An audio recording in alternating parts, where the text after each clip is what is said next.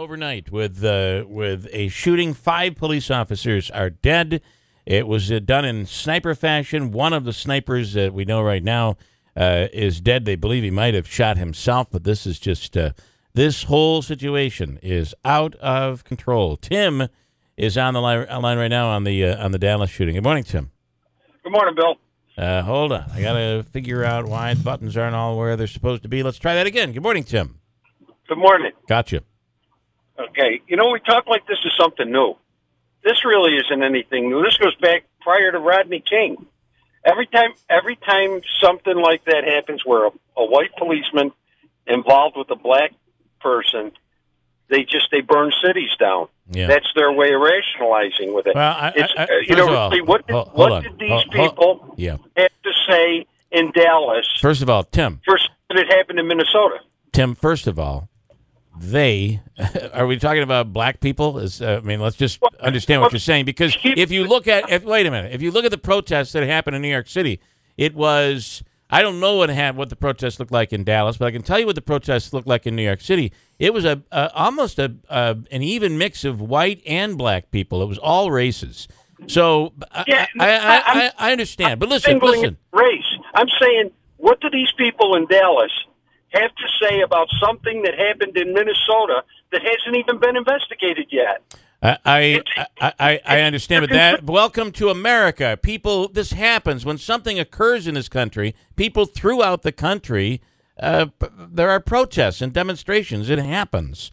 It's just the way it is. But you're also, so hold on, Tim, you're also surmising right now that we don't know for sure that this attack on these police officers has anything to do with Baton Rouge or Minnesota. We don't know that yet. So while you say don't jump to conclusions, I'm saying to you, we can't right now jump to conclusions until we find out who these people are and why they were doing this. One of the promises apparently that's coming out of this, and this all happened overnight, one of the things that came out of this is they said that more police officers will go down. I think that if you're a police officer today anywhere in the United States, what does this have to do with other cities around the country? Not just Dallas. It's a copycat world that we live in. We always thought that the world would be destroyed by nuclear weapons. No one ever realized that an invention called social media could cause such anarchy, because it has taken down countries. It has caused issues like these. It gets spread. Of course, the live stream we saw from Minnesota the other night. No one knew what happened prior to the when that went live. I just think we all have to step back and be careful. We don't know what's going on, but it is a tragedy, and it's on the border of anarchy. Oh, I agree, and all I'm saying is that these protests in the different cities are just stirring the pot. Let the system do what it's supposed to do. Well, you'll never, in the United States of America, you'll never be able to solve that problem, Tim. We protest. That's what we do. It's what we've done since the beginning. You're not going to stop that. And I understand. I do understand what you're saying. But these people that were protesting were peaceful. That was a peaceful protest, a peaceful demonstration. These snipers, you can't compare the two. These snipers came out of nowhere. Did you happen to catch the police chief of Dallas this morning on the news? Who, by the way, is from Liverpool. Do you know that? Liverpool, New York. He grew up here, went to high school here, and he's a Central New Yorker. This was calculated, and it was tied in with the protest. That it was coordinated with the protest? Absolutely. Yeah. They didn't know where the protest was going to end up.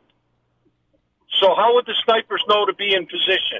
Again, I'm not saying that the snipers weren't working with the protesters. All I'm saying is what we know now is the protest was peaceful.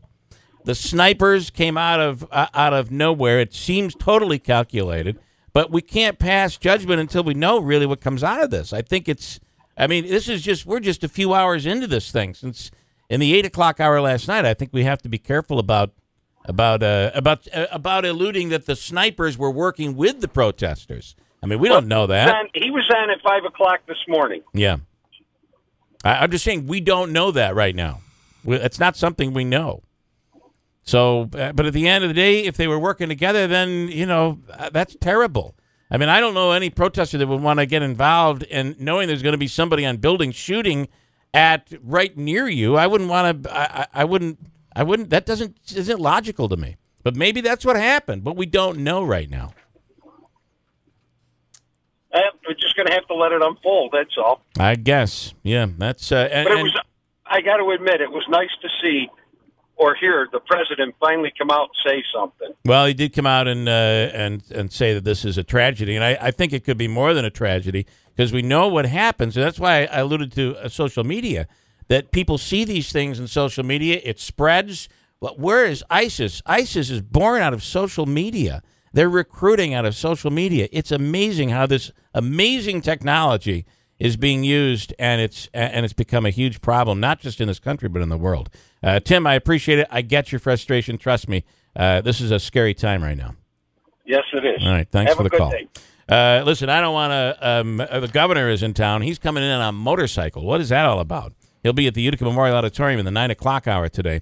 We'll talk about that. There's a whole bunch of news that's unfolded overnight. A lot of stuff, a lot of things going on. And I mentioned that police chief in Dallas is a Liverpool grad. I didn't know that. Yeah, from the Syracuse area. A lot of other stuff happening. You know that the State Department has reopened their probe on Hillary Clinton. I don't know. Is that just a let's all cover our tracks type event? I don't know what they're planning on doing there.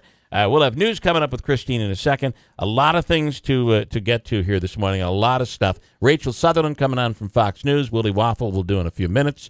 Tanya Powers on the police shooting specifically. We'll talk to Tim Reed. It's Boilermaker weekend, and et cetera, et cetera. I mentioned the governor will be at the Utica Memorial Auditorium today at 11 o'clock. He'll be riding in on a motorcycle. There'll be a... what do they call a motorcycle group of motorcycles? It's called I feel like this is Jeopardy. Anyway, it's not about not a convoy. It's not a convoy. It's about it's a rally, a motorcycle rally, and the governor will come in, and it's a part of a breast cancer motorcycle ride stop, is what they're calling it. He'll be here. He'll be in Syracuse after 12 noon, and then 3 o'clock in the afternoon he'll be out in western New York in the Finger Lakes. But here, he'll be in at about 11 o'clock at the auditorium. Christine with news coming up in a minute on WIBX.